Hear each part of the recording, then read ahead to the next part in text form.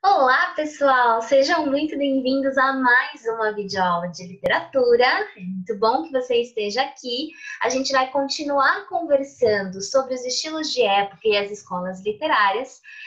Nessa aula aqui, nesse vídeo que você está assistindo, nós vamos conversar um pouquinho sobre as vanguardas europeias, que são fundamentais em todas as manifestações artísticas, para que a gente consiga entender a proposta estética do modernismo brasileiro, a próxima escola literária que a gente vai estudar.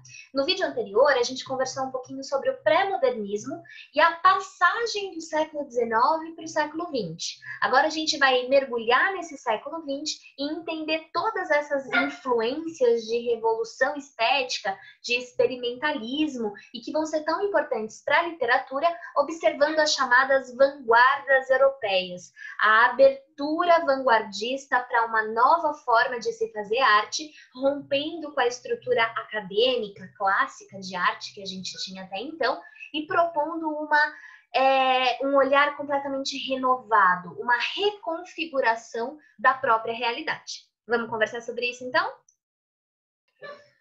Muito bem. Para a gente poder começar a pensar a respeito das vanguardas europeias e dessa proposta de arte renovadora, revolucionária, de ruptura, a gente precisa começar por uma proposta, por um estilo de época na história da arte, que na verdade não chega a ser uma vanguarda modernista europeia, como as demais, mas que abre todas as portas para que as outras aconteçam, que é o impressionismo. Então, o impressionismo vai ser a primeira, vanguarda que a gente vai observar.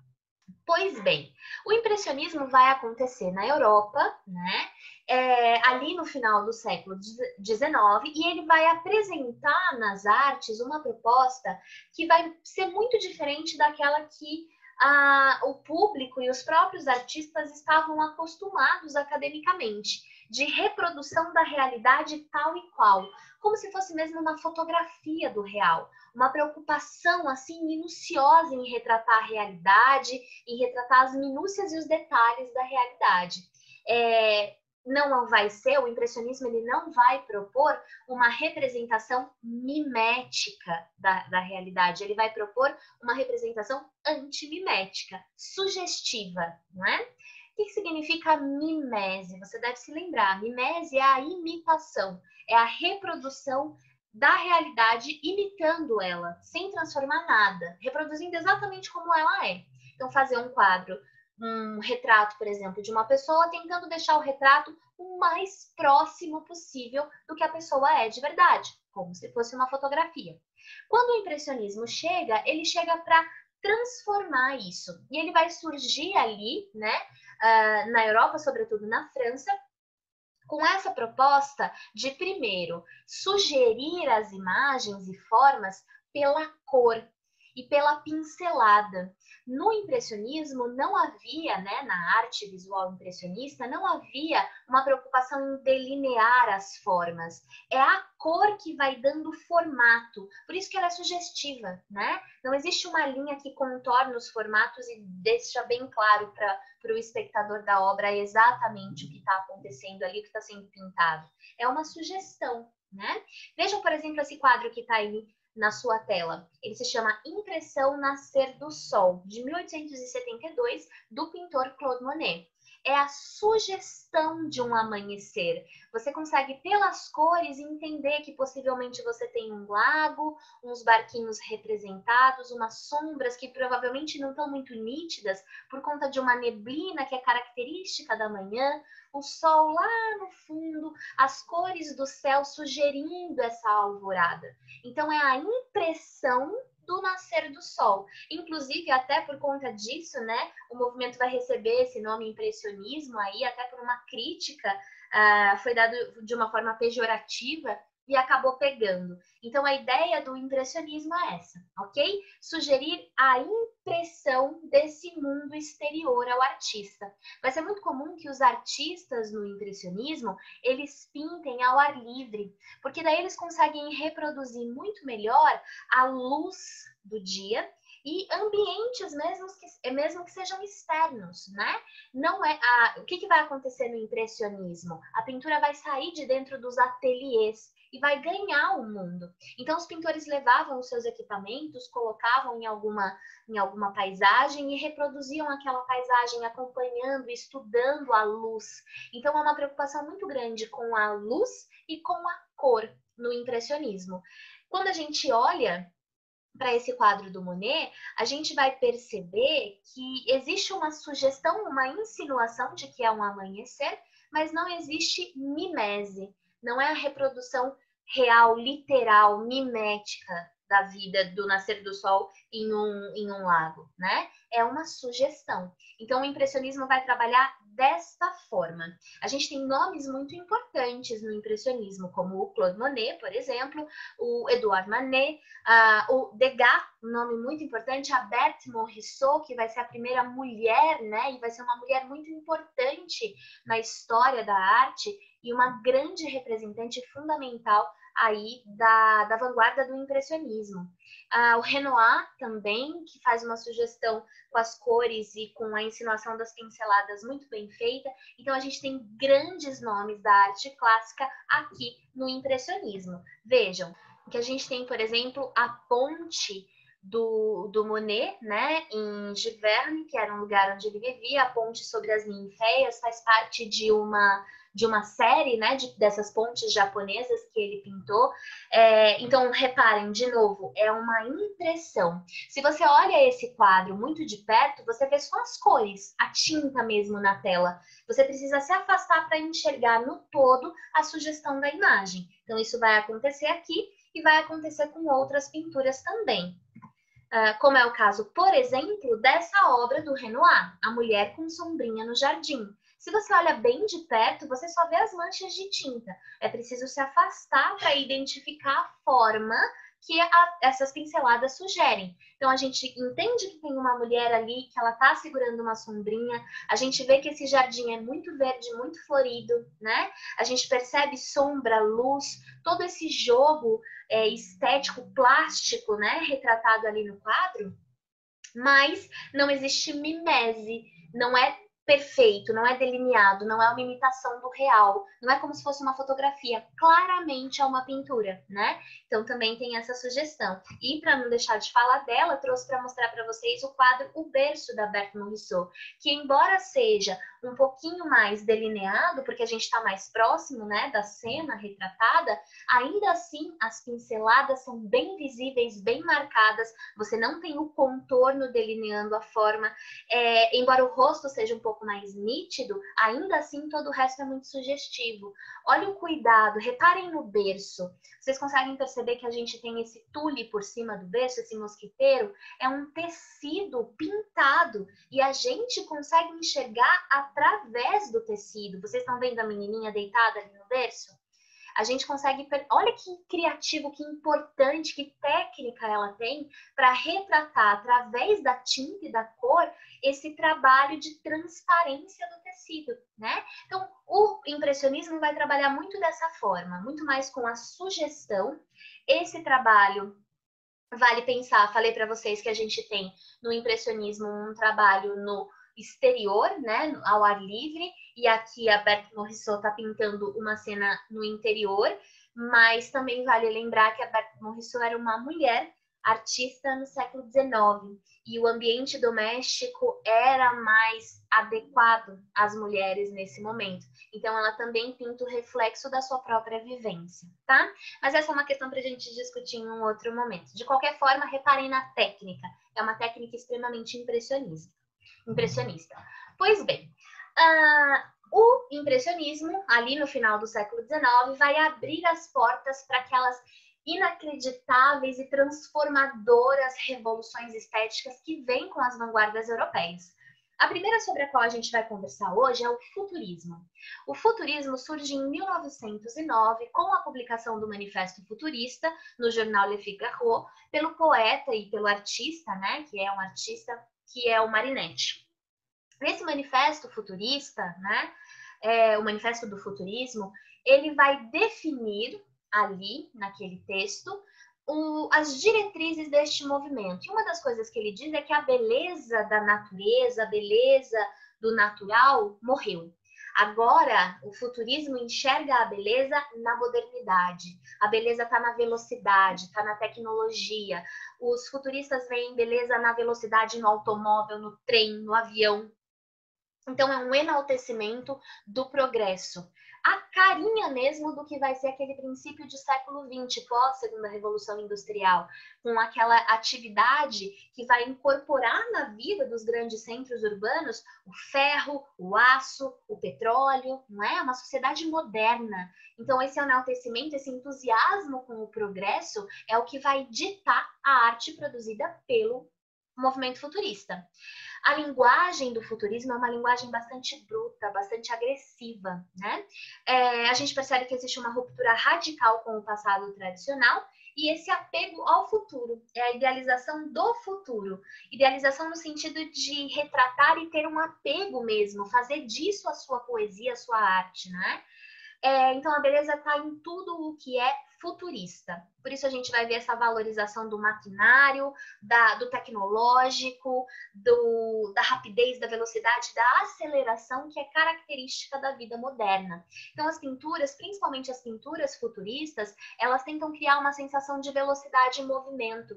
Elas tentam simular para o espectador da obra que ele esteja vendo a coisa se mover ao seu redor, né? Isso é muito interessante porque a proposta do futurismo vai ser desconstruir o ideário de beleza que a arte construiu ao longo dos séculos anteriores, sempre olhando para trás para se inspirar. Ele quer romper completamente com o passado e enaltecer o futuro. Há uma questão interessante a se apontar aqui no futurismo, que era um movimento bastante agressivo e que era um movimento que flertava um pouco com o fascismo. Até o próprio Marinetti, né, tinha algumas relações ali com o Mussolini. Então, politicamente, é um movimento complicado. E essa linguagem agressiva, essa ruptura radical, também vai gerar ali um certo furor e aí o movimento se encerra em pouco tempo.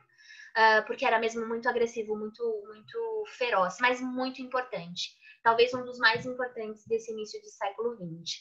Vejam bem, trouxe para mostrar para vocês uma obra. O que vocês estão vendo aí? Né? Percebendo pelo título, o título do quadro é Trem em Movimento. Vocês estão enxergando o trem? Vocês conseguem reparar que aqui é a frente da locomotiva e os vagões estão aqui para trás, aqui são as rodas. Provavelmente ele está chegando ou saindo de uma estação, possivelmente no pôr do sol, né? A gente vê esses tons de vermelho e de amarelo aqui para simular esse momento. Vocês entendem que essas linhas, né, na horizontal, essa sensação das linhas que somem, simulam a ideia de movimento, de que o trem está se movimentando mesmo, saindo ou chegando na estação. A gente não vê com nitidez. E não é porque eu vejo aqui a pincelada para simular a forma como era no impressionismo. Aqui a gente não vê com nitidez porque o quadro simula a movimentação, e uma movimentação rápida. No futurismo é tudo rápido, tudo veloz, né? Tudo vai se atropelando ali, passando por cima. Então existe esse quase endeusamento da tecnologia e da velocidade. Outro quadro que eu trouxe para mostrar para vocês é esse aqui, do Fortunato Despero, que se chama Arranha-Céus e Túneis. Vocês conseguem perceber a modernidade de uma cidade cheia de prédios muito altos, aqui até inclinados para formar uma espécie de pirâmide no centro, para dar essa coisa meio majestosa, faraônica, né, para o progresso, para a modernidade. Até as luzes, tentem pensar na reprodução das luzes ali. Isso vai ser muito comum. O quadro que estava no meu primeiro slide sobre futurismo aqui, ele mostrava para nós a lâmpada elétrica e a gente tinha aqueles riscos para simular o movimento da luz, né, a velocidade da luz. Então, a luz também vai ser reproduzida aqui nas telas futuristas, sempre com essa ideia de raios, porque ela está em movimento, né? E os túneis aqui embaixo. Reparem que as formas geométricas são importantes, mas elas são importantes em função de simular o movimento, tá? A velocidade. Pois bem, chegamos à próxima vanguarda europeia, né, vanguarda artística, conhecida como vanguarda europeia, que é o expressionismo. Na verdade, o expressionismo ele vai propor uma estética que é um pouco diferente do que fazia o impressionismo. Na verdade, é o oposto, né? Não é um pouco diferente. Se o impressionismo queria retratar a impressão do mundo externo, o expressionismo vai fazer o inverso. Ele vai retratar a expressão do mundo interno do artista, das suas angústias, dos seus terrores, dos seus medos, né? A gente está vivendo um momento histórico muito tenso. A gente tem os períodos de guerra ali no início do século XX, e não só isso, opressão de muitas formas, além dessa aceleração da vida moderna, que é muito diferente do que se estava acostumado antes. Então, o homem da modernidade, ele se sente oprimido por essa modernidade, por essas mudanças. Então, ele vai usar a arte para expressar essa sensação de angústia. É isso que o expressionismo faz. Coloca na tela, né, a expressão do mundo interior do artista.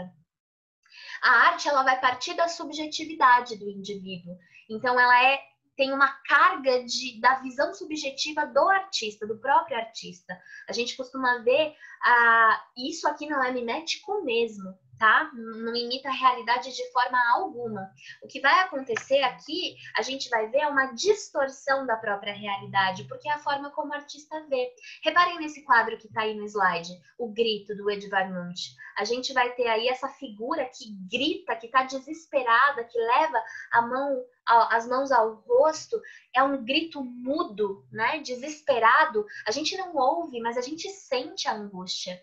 Por quê? Porque todo o resto tá opressor, tá distorcido, deformado. É essa deformidade que vem com a vida moderna. Isso também é importante que vocês saibam, tá bem?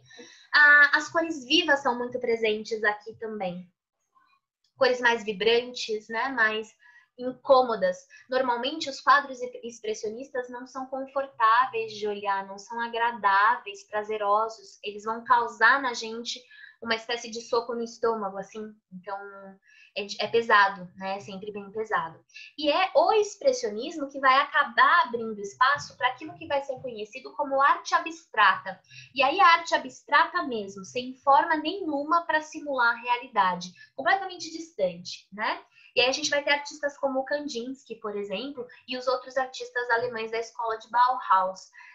Mas aí é uma outra linha, e isso se vê mais na história da arte. Eu vou falar aqui das vanguardas que estão nas artes plásticas, nas artes visuais, mas que são influência fundamental para a literatura, ok? Muito bem. Trouxe para mostrar para vocês 2 quadros brasileiros que são expressionistas. Esse primeiro aqui é A Boba, da Anita Malfatti.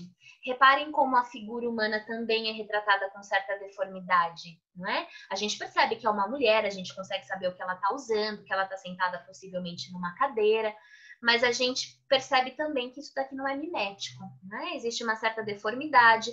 Vejam os tons, as cores utilizadas para representar o rosto, para representar o fundo. Então, essa deformidade também é parte dessa carga subjetiva do próprio artista expressionista. E ao lado aqui, talvez um dos quadros mais importantes da nossa história, que é Os Retirantes, do Cândido Portinari. Olha como essas figuras humanas que são uma família de retirantes no sertão, na seca, olha como eles são retratados de forma cadavérica, não é? Parecem caveiras, parecem cadáveres sobreviventes ao sertão e à seca de fato. Vejam como são magros e como os formatos do rosto e dos corpos são muito distorcidos, não é? A gente percebe essa distorção. Quase que a gente vê a musculatura e a ossada deles, tamanha a magreza, né? Vejam esse bebê, o rosto dele, como é mórbido, o rosto dessa criança também. Essa outra criança, que embora muito, muito magra também, de expressão bem cadavérica, ela tem uma barriga acentuada, provavelmente resultado de uma verminose ou alguma doença ali. Vejam que interessante. Isso aqui talvez dê margem até para uma questão interdisciplinar no seu vestibular, né? Prestem atenção nesse aspecto. Então, aqui também é o expressionismo do Portinari que dá na gente esse soco no estômago, bem ao molde do expressionismo alemão mesmo, tá? O quadro da Boba, da Anita Malfatti, incomoda menos, mas ainda assim ele é chocante, né? Ele chama a nossa atenção por essa questão da deformidade do uso das cores. Muito bem, chegamos a essa outra vanguarda, a terceira que a gente está falando, a terceira do modernismo, né? A quarta da aula de hoje, que é o cubismo. E o cubismo talvez você conheça um pouco melhor. Normalmente, quando a gente pensa em cubismo, a gente pensa no Picasso. E aquele trabalho com as formas geométricas utilizadas aqui sim para dar forma para a realidade, né? A realidade se expressa através das formas geométricas. Então, basicamente, o que vai acontecer aqui no cubismo é a ruptura com a linearidade, com aquele aspecto de delinear as imagens, né? Isso vai ficar de lado. E uma valorização das formas retas. É quase como se a gente visse uma espécie de relevo, assim, 2D nos quadros. É bem interessante. As imagens todas que estão sendo pintadas, elas vão ser decompostas nas figuras geométricas. Vejam esse quadro, por exemplo, La Demoiselle d'Avignon, né? As senhoritas de Avignon, do Picasso, de 1907. Nós temos essas mulheres retratadas e as formas geométricas é que dão formato para o corpo delas. Em particular, o rosto, né, representado aqui com essas máscaras que também são de origem africana, da cultura africana. Então, existe essa representação aqui aparecendo e as máscaras africanas, elas também são esculpidas na madeira, então elas também têm essa forma mais geometrizada. Enfim, quem inspira o cubismo nasce, talvez, né, com o Paul Cézanne, e essa mistura do Cézanne com a arte africana. E aí o Picasso vai delinear os moldes, as diretrizes do movimento e vai se tornar, talvez, o nome mais importante. As imagens no cubismo, elas são reduzidas, né? Elas são reduzidas ao seu volume. Ou seja, não existe uma tentativa de criar uma tridimensionalidade.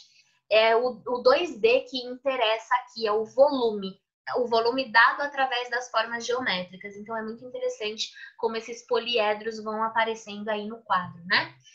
Sempre a opção pelo bidimensional e pelo fragmentário. Como a gente pode ver, por exemplo, nesse quadro aqui, que embora ele não use as cores vivas que o cubismo costuma gostar também, né? É um quadro em preto e branco, mas é por conta da temática. Ele reproduz o ataque à cidade de Guernica. Esse quadro se chama Guernica e é do Pablo Picasso. E ele retrata, né, o pós-ataque, né, o momento depois do ataque à cidade de Guernica na Guerra Civil Espanhola. Então, vocês vão vendo que as formas geométricas, elas fragmentam as criaturas humanas que sofrem. Não só as humanas, né? Os animais também. Parece que está todo mundo despedaçado nesse quadro. É mais ou menos essa a sugestão do artista quando escolhe retratá-lo dessa forma. Esse quadro é bem grande e na presença, né, dele você consegue perceber com bastante clareza o uso da geometria e o trabalho com as linhas e formas aqui. Além da Guernica, a gente também pode observar isso, essa coisa do relevo através da bidimensionalidade das formas, neste quadro que se chama Menina Tocando Bandolim. Esse quadro também é do Picasso e vocês também conseguem perceber formas geométricas nele. E é a combinação do uso das formas que sugere para nós uma garota, né, uma mocinha. Olha, a gente consegue perceber talvez seja o cabelo dela aqui, os traços delicados, o seio, o rosto fininho e o bandolim, que é o instrumento que ela está tocando. E aí ela meio que se destaca do fundo, que utiliza-se também da mesma forma, né? Das mesmas formas. Então a gente percebe aqui essa estrutura cubista aparecendo, formas geométricas. E para fechar, coloquei também esse quadro da Tarsila do Amaral. A Tarsila do Amaral é uma pintora modernista brasileira, bem maravilhosa, bem importante. E ela adora essa estética do cubismo, vai explorá-la bastante, não só, tá? A gente não pode dizer que A Tarsila é uma pintora cubista, ponto, porque não é, ela também tem obras expressionistas, mas ela desenvolveu o cubismo e as obras da Tarsila têm muito esse colorido, né? Essa vida, essa alegria que é tão característica da nossa cultura e tão importante também na fase nacionalista do modernismo brasileiro. Esse quadro se chama Carnaval em Madureira e tem essa fonte aí no meio, que é uma espécie de torre de um poço, que cria uma certa semelhança com a Torre Eiffel, porque é um quadro que ela pintou depois de levar um grupo de franceses, amigos dela, para conhecer o Carnaval em Madureira. Madureira é um bairro no Rio de Janeiro. Então a gente vê muito essa alegria, essa festividade, essa coisa bem brasileira, bem essa brasilidade retratada no quadro da Tarsila. Muito colorido e as formas geométricas aí sempre bem visíveis, né? Reparem bem as formas mais circulares, esféricas para as pessoas, para a natureza, e para as construções as formas mais retas. Bom, além do cubismo, do expressionismo, do futurismo e do impressionismo, que é a primeira manifestação moderna de arte, a gente tem o dadaísmo. O dadaísmo surge com uma proposta um pouco diferente, né? A ideia do dadaísmo é uma tendência que tem uma marca muito forte na Suíça, depois acaba se espalhando para outros lugares na Europa, mas a ideia do dadaísmo é ser uma proposta de ilogismo e irreverência. O que seria o ilogismo? Seria a falta de lógica. A proposta do dadaísmo é questionar o próprio valor da arte e entender até a sua utilidade, ou romper com a lógica através do conceito de utilidade. A ideia deles é essa, não fazer sentido nenhum. Né? Uma das coisas que eles vão dizer, os idealizadores da vanguarda, é que Dada, esse nome que eles criaram do nada para criar o ismo, né? A vanguarda, o dadaísmo, Dada não significa nada. É isso, né? É para não fazer sentido. Ah, mas de onde vem esse termo dadaísmo? De lugar nenhum. Eles inventaram e tiraram do nada. Na literatura, o dadaísmo se manifesta através da falta de lógica. Tem, por exemplo, a sugestão de um poema que ensina a fazer um poema dadaísta. E ele sugere que você recorte palavras do jornal, aleatórias, jogue todas dentro de um saquinho e vá sorteando uma por uma e colocando elas em ordem. Na ordem que o acaso definir, resulta o seu poema. Combinação de palavras naquela ordem casual resulta o seu poema dadaísta. A gente percebe essa coisa dos pedaços, né? O dadaísmo valoriza muito a ideia de colagem, de pegar pedaços de coisas diferentes e juntar para formar uma coisa nova. Nas artes visuais do dadaísmo, a gente vê muito a ideia de colagem, essa coisa do mosaico, e isso vai aparecer na literatura também.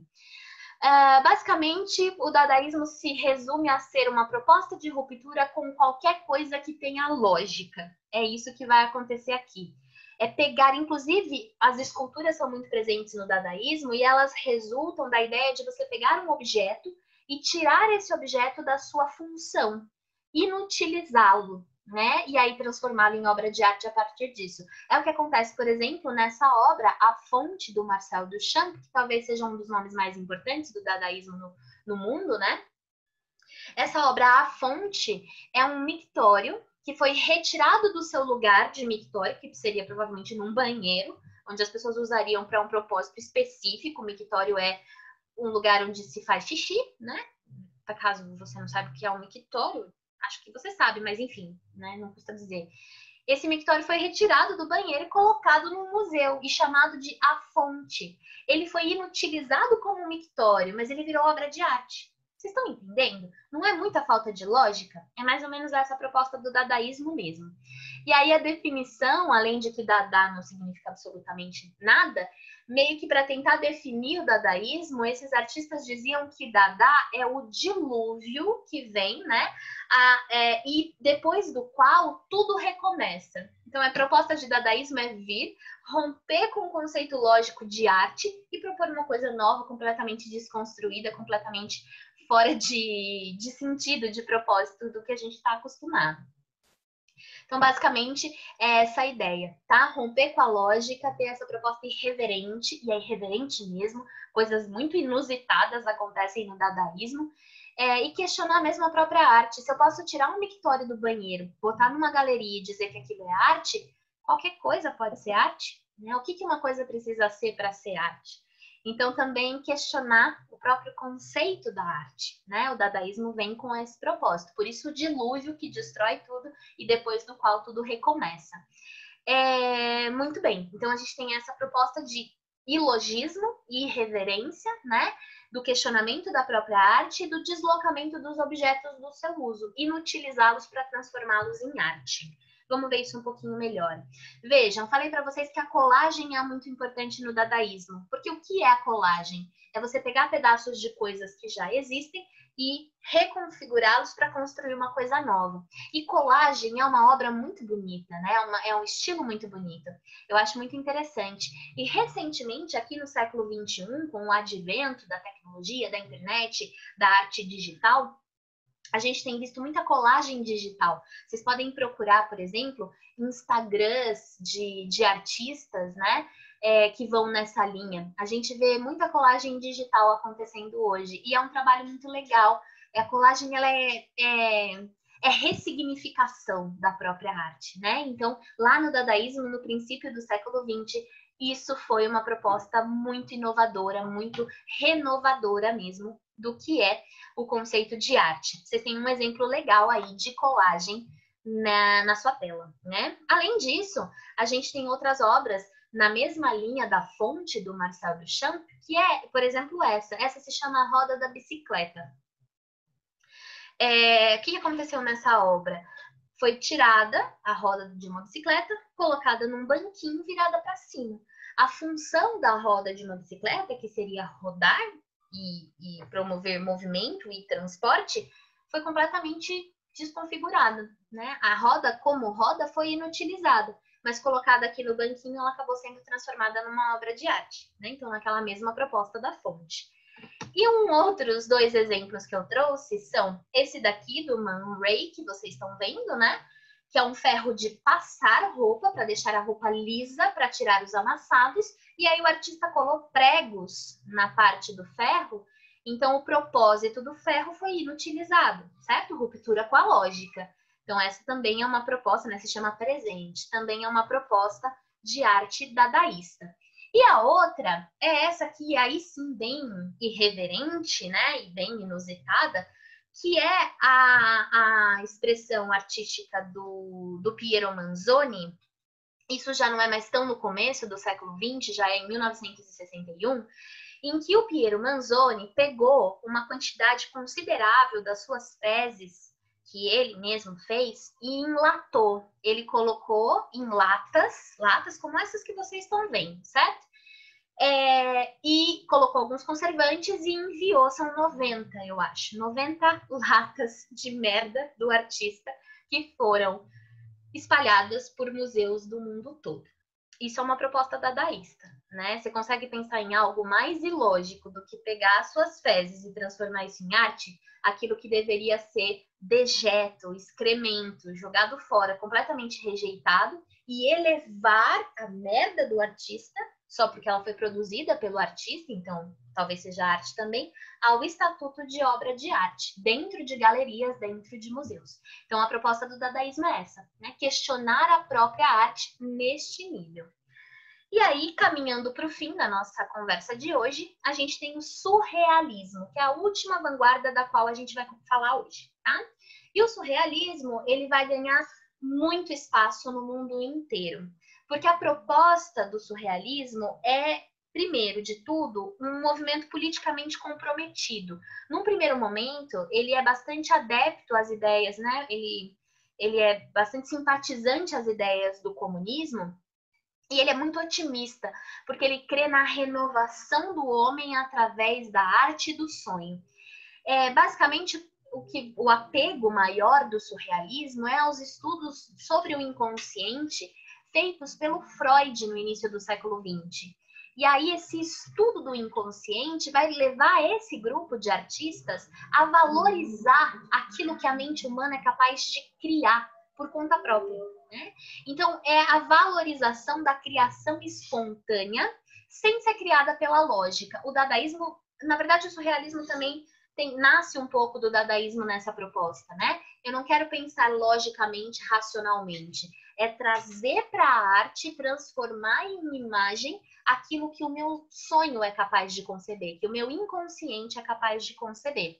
Então, o objeto representado nas obras de arte surrealistas é o sonho, né? O surreal, aquilo que não é real. Essa mistura do inconsciente com o princípio de realidade. Está muito, muito além da nossa realidade, faz parte do mundo inconsciente da cabeça de cada um. Então, a gente tem obras que são muito doidas, né? Sem a irreferência, o ilogismo e o questionamento da arte do dadaísmo, mas ainda assim valorizando esse aspecto da criação imaginativa, do onírico, né? Essa palavra é uma palavra importante. Onírico é tudo aquilo que tem a ver com o sonho, com aquilo que o nosso inconsciente cria.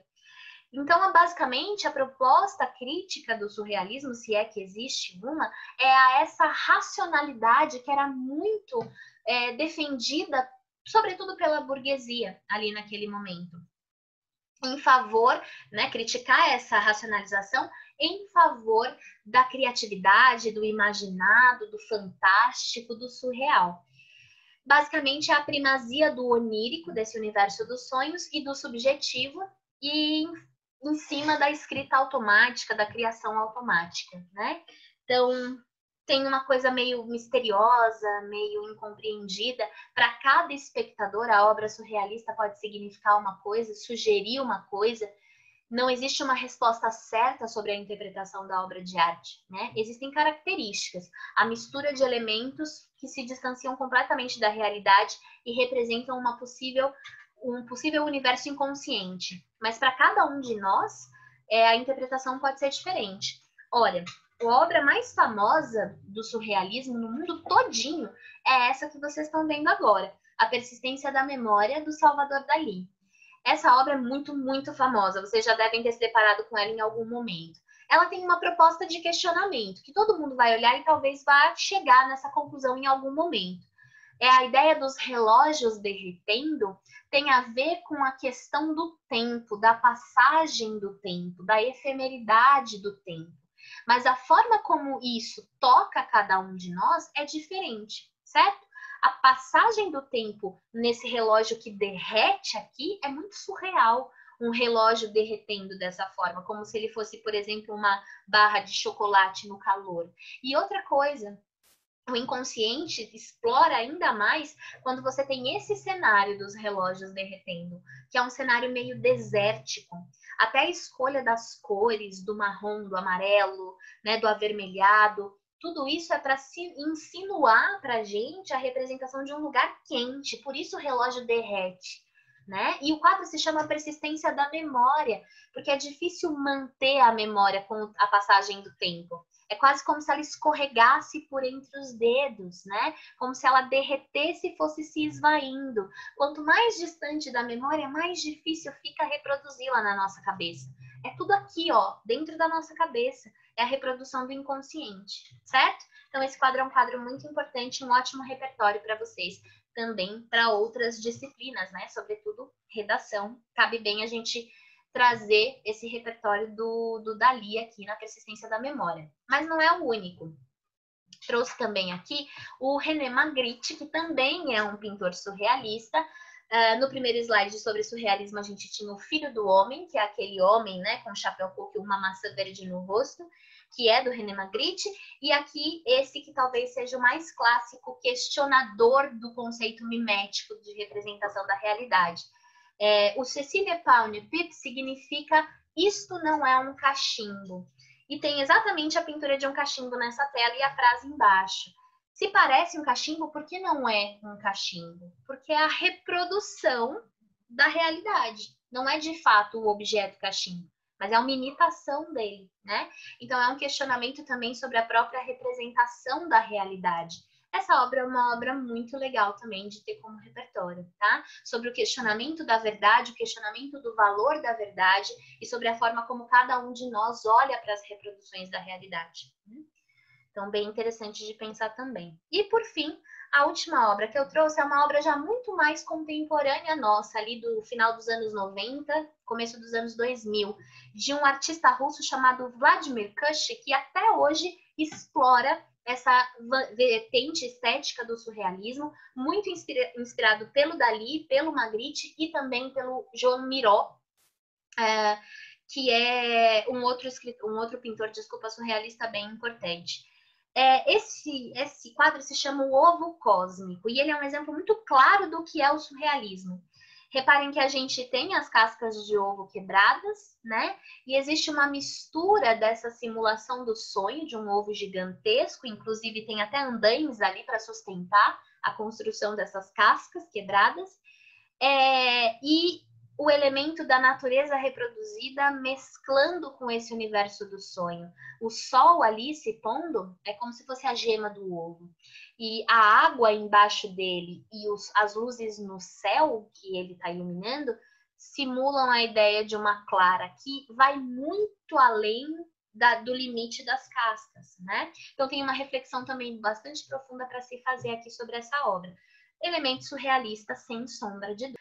Bom, por hoje é só. Espero que vocês tenham gostado de discutir um pouquinho sobre as vanguardas europeias. É muito, muito importante que vocês tenham essas vanguardas em mente, que vocês conheçam essa produção artística, para entender a influência que essas vanguardas vão ter sobre o nosso modernismo aqui no Brasil, que vai se inspirar nelas. Aliás, não só o nosso, né? No mundo inteiro, as estéticas modernistas do século XX se inspiram, aí seguiam pelas vanguardas europeias, desde o final do século XIX.